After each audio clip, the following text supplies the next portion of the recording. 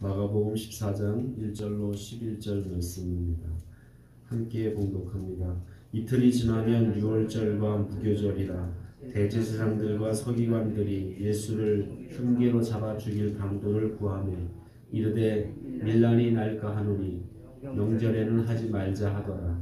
예수께서 베다니 나병 환자 시몬의 집에서 식사하실 때 한 여자가 매우 값진 향유 곧 순전한 나드 한 옥합을 가지고 와서 그 옥합을 깨뜨려 예수의 머리에 부으니 어떤 사람들이 화를 내어 서로 말하되 어찌하여 이 향유를 허비하는가. 이 향유를 300데나리온 이상에 팔아 가난한 자들에게 줄 수 있었겠도다 하며 그 여자를 책망하는지라. 예수께서 이르시되 가만두라. 너희가 어찌하여 그를 괴롭게 하느냐. 그가 내게 좋은 일을 하였느니라. 가난한 자들은 항상 너희와 함께 있으니 아무 때라도 원하는 대로 도울 수 있거니와 나는 너희와 항상 함께 있지 아니하리라. 그는 힘을 다하여 내 몸을 향유를 부어 내 장례를 준비하였느니라. 내가 진실로 너희에게 이르노니 온 천하에서 어디에든지 복음이 전파되는 곳에는 이 여자가 행한 일도 말하여 그를 기억하리라 하시니라. 12 중에 하나인 가룟 유다가 예수를 넘겨주려고 대제사장들에게 가매 그들이 듣고 기뻐하여 돈을 주기로 약속하니 유다가 예수를 어떻게 넘겨줄까 하고 그 기회를 찾더라. 아멘.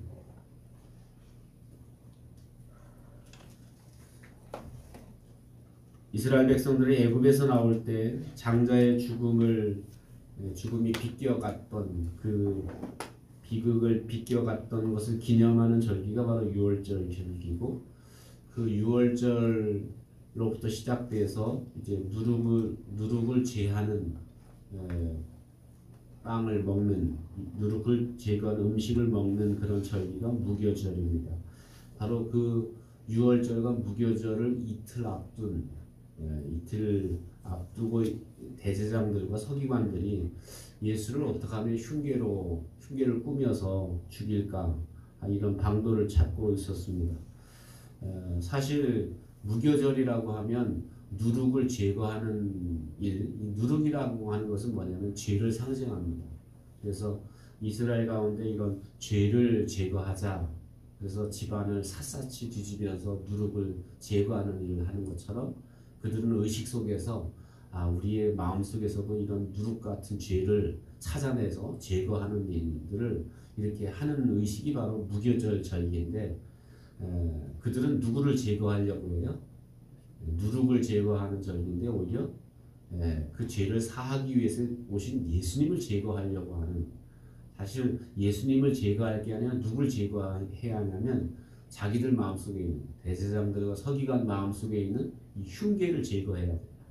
나쁜 생각, 흉계를 꾸며 죽일 생각을 하는 이런 나쁜 죄악을 제거해야 되는데, 자기들 속에 있는 누룩은 제거할 생각하지 않고 예수를 제거하려고 하는 이런 못된 생각을 갖고 있었다는 거죠. 우리 예수님께서 그래서 이렇게 말씀하시잖아요. 자기 눈 속에 있는 들보는 찾아내지 못하고 다른 사람 눈 속에 있는 티를 잡아내려고 애쓴다. 그러니까 사실 사람이 자기 모습을 잘 못 봐요. 자기 단점을 잘 못 봐요. 자기는 늘 완전하다고 생각해요.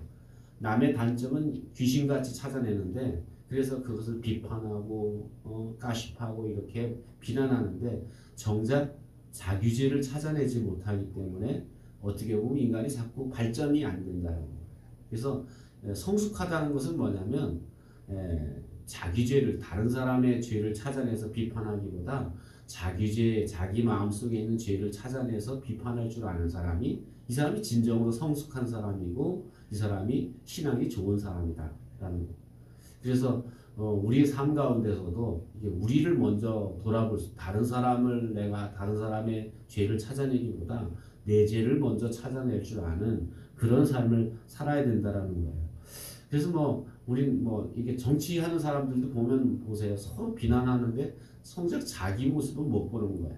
그러니까 나라가 발전이 안 되는 거예요. 계속 비난만 하고 있으니까. 그러니까 사실은 자기 모습을 발견하고 자기 모습을 반성하고 이래야 발전이 일어나고 성장이 일어나는데 이제 그런 걸 잘 못하면 자꾸 후퇴하게 되고 뒤로 물러설 수밖에 없다라는 겁니다. 예수님이 이제 베다니 나병 환자 집인 시몬의 집에서 식사하고 계실 때 이를 소개하고 있습니다. 한 여자가 순전한 나드옥합을 깨트려서 예수님의 머리에 붓게 됩니다. 여기에도 지금 제가 이스라엘에서 사온 나드 향이 있는데 이 나드 이렇게 한 방울만 떨어뜨려도 향기가 굉장히 진동합니다. 이 나드는 그 당시로서는 이 나드 한 옥합이 한 300데나리온 되니까 요즘 돈을 환산하면 한 데나리온이 하루 품삯이니까 노동자가 1년 버는 돈이에요.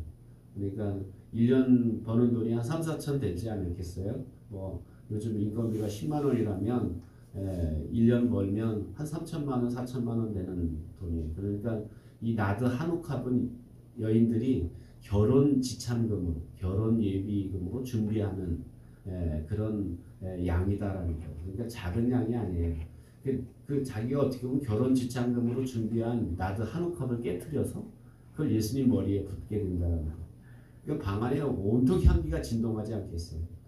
그런데 이러면 사람들이 향기가 좋다 이렇게 반응해야 되는데 어떻게 반응하냐면 저 아까운 것, 저 300데나리온이나 되는 것, 저걸 왜 저렇게 허비해, 저걸 왜 저렇게 낭비해 하면서 사람들이 막 비난을 하고 저걸 팔아서 차라리 가난한 사람들에게 나누어 줬으면 수많은 가난한 사람들이 이렇게 도움을 얻을 수 있었을 텐데 하고 막 그 여자가 행한 일들을 비난하게 된다. 그러니까 예수님께서 듣다 못다 뭐라고 해요? 좀 가만히 있어라. 그만 좀 해라. 이 여자는 지금 나에게 좋은 일을 한 것이다. 그리고 이 여자가 행한 일은 나의 장례를 준비한 일이다. 라고 이렇게 말씀하시면서 뭐라고 뒤에 말씀하는 복음이 전파되는 곳마다 이 여자를 기억하리라. 라고 말씀합니다. 이 여자를 기억하리라. 그럼 뭐 복음이 전파되는 곳마다 이 여자를 기억하리라. 이 여자가 행한 일을 기억한다라는 거죠. 여기서 그래서 이 여자가 행한 일을 기억하신다는 것은 뭐냐면 이 거기서 순전한 나드 향이라고 했어요. 그 순전함이라는 뜻이 무슨 뜻이냐면 순전함이라는 뜻은 이렇게 깨트리다라는 뜻이에요. 깨트리다. 그러니까 생각해 보세요. 잘 예수님이 지금 순전한 나동엽 한 옥합을 이제 머리에 깨트려서 주님의 장례를 준비했다는 얘기, 주님이 결국 이제 자기 몸을 깨트리실 것이다. 자기 몸을 찢으실 것이다. 이것을 상징하고 있다라는 거예요. 그래서 예수님이 이 나드 한 옥합을 깨트린 여인을 기억하리라라고 하시는 것은 뭐냐면 결국 이 여인이 행한 일처럼 이렇게 자기 자신을 깨트리는 사람. 그래서 이 피스티코스라는 이 순전함이라는 단어는 피스티스라는 믿음이라는 단어에서 유래했어요. 그러니까 믿음이 있어야 깨트리는 거예요. 자기 자신을 희생하는 건 이건 아무나 하는 게 아니야. 이건 믿음이 있어야 한다라는 거예요. 여러분 뭐 다 순교할 것 같지만 순교하는 사람은 따로 있다라잖아요. 왜 그러냐면 믿음이 있어야 진정한 자기 몸을 드린다는 건 그건 아무나 하는 게 아니다. 믿음이 있어야 가능하다. 그래서 이 순전함이다라는 건 주님께서 순전한 걸 원하시는데 순전함을 원하신다는 얘기는 뭐냐면 자기 자신을 깨트릴 줄 아는 사람, 자기 자신을 비울 줄 아는 사람을 하나님께서 기뻐하시는 거예요. 그래서 어제 그 야곱에 대한 얘기도 마찬가지죠. 야곱을 하나님이 그 야복강가에 홀로 두신 이유가 또 야복이라는 뜻이 무슨 뜻이냐면 비우다라는 뜻이에요. 그러니까 자기 자신을 비워서 난 아무것도 아니에요. 나는 정말 무가치한 존재예요. 나는 하나님 없으면 못 살아요. 이렇게 자기를 깨트리는 사람을 기뻐하신다는 거예요. 그래서 자기를 비우고 자기를 깨트릴 때 그럴 때 뭐가 나타납니까? 향기가 나타납니다. 세상에서 막 자기 걸 채우고 자기 걸 나만 최고라고 하는 사람 어때요? 그 사람에게는 악한 냄새가 나잖아요. 저 사람 못됐어. 저 사람 왜 저렇게 사는지 몰라. 이러지만 자기 거를 깨트려서 이렇게 나누고 베풀고 이렇게 살면 뭐가 나타납니까? 향기가 나타납니다. 자기를 희생할 줄 알고 자기를 깨트릴 줄 아는 사람을 통해서 어떻게 보면 향기로운 그런 향기가 발하게 된다는. 그래서 이 순전함이라는 건 뭐냐면 우리가 예수님의 십자가 죽음을 마치고 나면 주님의 그렇게 십자가 죽음 후에 나타나야 될, 그러니까 십자가를 믿는 사람들에게 나타나야 될 삶이 뭐냐면 이 순전함이다. 결국 우리가 예수 믿고 구원받으면 뭐 해야 되냐? 나를 깨트려서 향기나는 삶을 살아야 된다는 거예요.